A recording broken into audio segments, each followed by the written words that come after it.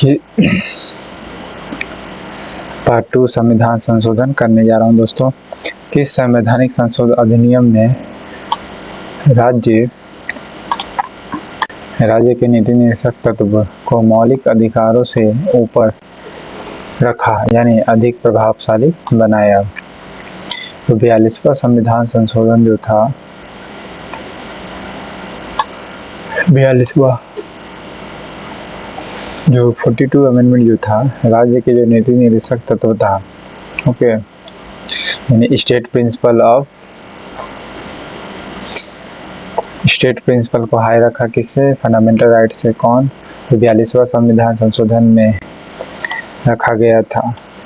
किस संवैधानिक संशोधन अधिनियम द्वारा वन को राज्य सूची से समवर्ती सूची में अंतः स्थापित किया गया?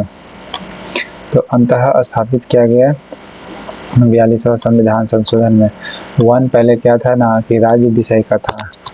वन किसका विषय था? राज्य का विषय था, जो अब समवर्ती सूची में शामिल कर दिया गया, कंकरेंट लिस्ट में। ओके,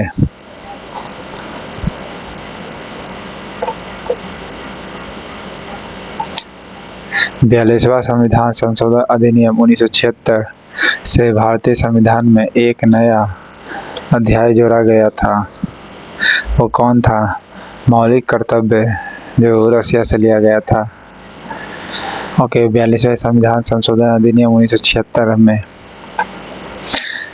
किस संविधान संशोधन से समाजवादी, धर्मनिरपेक्षता तथा राष्ट्र की एकता, अखंडता शब्द को संविधान में जोड़ा गया था? तो 42वां संविधान संशोधन करके समाजवादी, धर्मनिरपेक्षता और राष्ट्र की एकता, अखंडता शब्द को जोड़ा गया।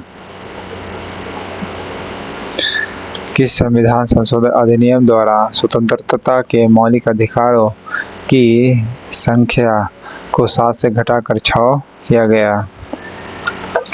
तो 44वां संविधान संशोधन करके किया गया था। फिर से सुनिएगा, किस संविधान संशोधन अधिनियम द्वारा स्वतंत्रता के मौलिक अधिकार जो थी उसकी संख्या 7 थी, उसको घटाकर 6 किया गया 1978 1978 44वां संविधान संशोधन में।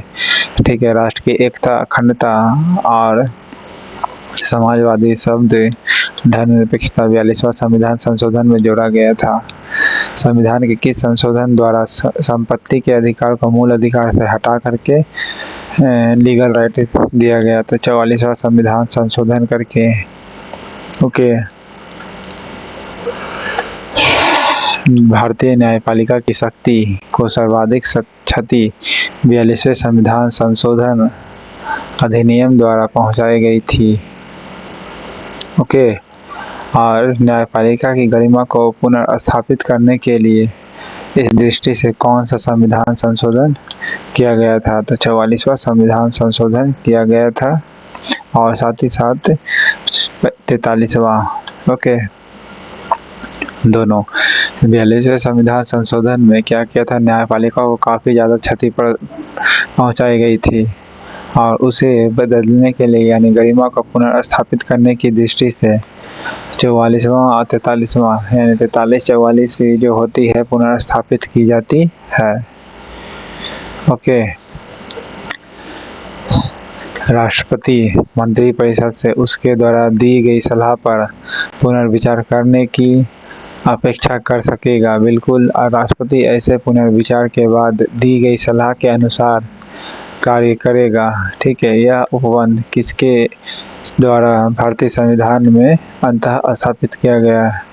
तो किसके संविधान द्वारा? तो 44वें संविधान संशोधन के द्वारा, आर्टिकल 74 है।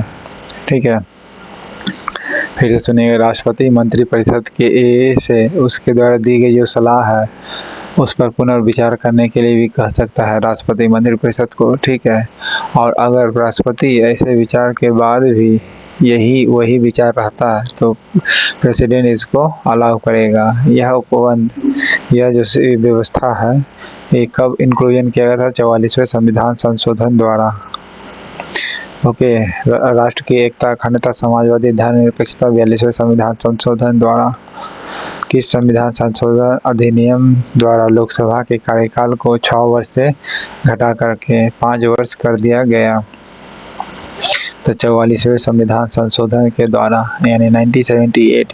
पहले जो लोकसभा का कार्यकाल चलता था, यानी शासन जो था पहले 6 वर्ष था, जो घटा करके 5 वर्ष कर दिया गया। तो कब किया गया था? तो 44वें संविधान संशोधन द्वारा। इसको आसानी से याद रख सकते हैं, 4, 5, 6, 4, 5, 6, यानी 44वें संविधान संशोधन द्वारा। ओके, और न्यायपालिका की शक्ति पुनः स्थापित की गई 43 और 44 दोनों, 43 और 44 दोनों। 42वें संविधान संशोधन अधिनियम की अनेक आपत्तिजनक अंशों को रद्द करने के लिए कौन सा संवैधानिक संशोधन अधिनियम पारित किया गया था? तो 44वां, ठीक है, क्योंकि 42वां जो 76 का था वो काफ़ी ज़्यादा नुकसान पहुंचाया था, खासकर कोर्ट को, ठीक है। तो इसके लिए पुनः स्थापित करने का जो आपत्तिजनक जो अंश था, तो आपत्तिजनक अंश कहेगा तो आप 44 मारिएगा, ठीक है। आप बहुत सा सुधार भी किया और प्लस आपत्तिजनक, तो दोनों को लेके चलिएगा। सुधार भी किया था ना 43वां 44वां में, लेकिन साथ ही साथ आपत्ति तो थी ही कुछ अंशों में, तो उसको भी हटा दिया गया। वो कौन सा संविधान संशोधन था? तो 44वां संविधान संशोधन था। ओके, और ये दोनों आपत्ति प्लस कुछ राइट्स को वायलेट किया गया था, तो दोनों को सुधार किया गया 43 44 दोनों के साथ। किस संविधान संशोधन के माध्यम से राष्ट्रपति, उपराष्ट्रपति, लोकसभा अध्यक्ष तथा प्रधानमंत्री के निर्वाचन को सर्वोच्च न्यायालय तथा उच्च न्यायालय में चुनौती देने के अधिकार जो था उसको समाप्त कर दिया गया? वो 39वां अमेंडमेंट था, ठीक है। अगर प्रेसिडेंट या वाइस प्रेसिडेंट लोकसभा के अध्यक्ष हो या प्रधानमंत्री हो, इसके संबंधी जो भी हो, वो सुप्रीम कोर्ट तथा हाई कोर्ट में चुनौती देने के अधिकार को क्या कर दिया गया? समाप्त कर दिया गया। ये कब किया गया था? 39वां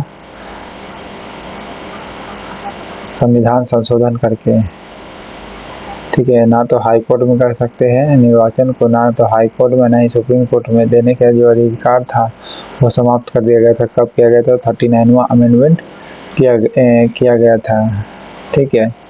लेकिन फाइनली अब जो है प्रेसिडेंट हो या वाइस प्रेसिडेंट का जो भी चुनाव से संबंधित अगर विवाद पैदा होता है तो डायरेक्ट वो उसका सुप्रीम कोर्ट ही देखता है, हाई कोर्ट नहीं देखेगा, बस ये याद रखना है। ओके, पहले क्या था ना कि जो भी विवाद होता था, प्रेसिडेंट हो, वाइस प्रेसिडेंट हो, या फिर चेयरमैन हो लोकसभा के, ठीक है, या प्रधानमंत्री हो, उससे निर्वाचन संबंधी जो भी प्रावधान था वो हाई कोर्ट और सुप्रीम कोर्ट दोनों में चुनौती दे सकते थे। ओके, 39वां अमेंडमेंट में ये सुधार कर दिया गया, खत्म कर दिया गया, ठीक है। 36वें संविधान संशोधन द्वारा सिक्किम को राज्य का दर्जा दिया गया था। 52वां संविधान संशोधन अधिनियम 1985 किससे संबंधित है? ये दल बदल कानून से संबंधित है, ठीक है। 52वां संविधान संशोधन जो है यह किससे है? दल बदल कानून से संबंधित है। ओके, 1985 में किया गया था। मौलिक कर्तव्य 42वां भूमि सुधार सबसे पहला अमेंडमेंट किया गया था। ओके, और आर्टिकल 249 के जरिए क्या कर सकता है? स्टेट के नेशनल स्टेट इंटरेस्ट के रहने पर, ठीक है, यानी राष्ट्रहित, राज्य विषय या राष्ट्रहित का मुद्दा हो तो उसको लेकर के कानून बना सकती है संसद। ये कौन से आर्टिकल में दिया गया है? 249। बस वहाँ पर क्या कंडीशन डाला गया है कि नेशनल इंटरेस्ट में हो, ठीक है। 52वां संविधान संशोधन पहले बात कब पारित किया? 1985 में। और ये किससे संबंधित था? दल बदल तथा अनहरताएं थी। ओके, वह संवैधानिक संशोधन कौन सा है जिसके द्वारा राजनीतिक दल बदल प्रतिबंध लगाया गया था? 52वां संविधान संशोधन 1985 को किया गया था। 53वां संविधान संशोधन करके मिजोरम को राज्य का दर्जा दिया गया था। ओके,